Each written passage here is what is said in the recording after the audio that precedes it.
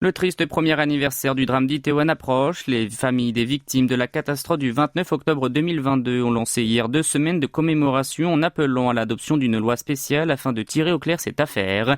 Cela fait bientôt 1 an que ses proches, accompagnés de religieux bouddhistes, tentent coûte que coûte de se faire entendre par l'Assemblée nationale. Du 8 juin au 1er juillet, ils ont marché 159 km en direction du Parlement à la mémoire des 159 âmes disparues. Depuis hier, ils se rassemblent à nouveau devant le nouvel hôtel installé sur la place de Séoul pour déposer des fleurs de chrysanthème. Lee Jong-min, président du Conseil des familles des défunts, a alors précisé que la mémoire du désastre d'Itaewon s'estompe petit à petit sans que les faits ne soient clarifiés et qu'aucune punition correcte ne soit décidée.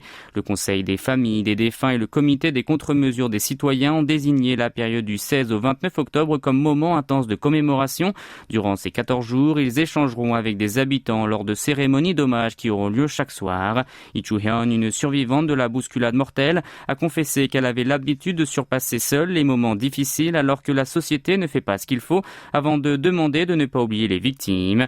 Oh Il-sok, un membre de la famille d'un des défunts, a déploré quant à lui le fait que les proches des victimes ont réclamé qu'une loi spéciale soit promulguée au cours de la première année pour faire la lumière sur la vérité, mais qu'ils ne parviennent toujours pas à surmonter la barrière du comité législatif et judiciaire. Sur le lieu de l'accident, un chemin de mémoire et de sécurité est en cours d'aménagement. Le maire de Séoul a répondu favorablement aux vœux des familles meurtries. Oh Se-hoon a déclaré être en contact avec elles et que le projet de création d'un espace mémoriel a récemment été approuvé.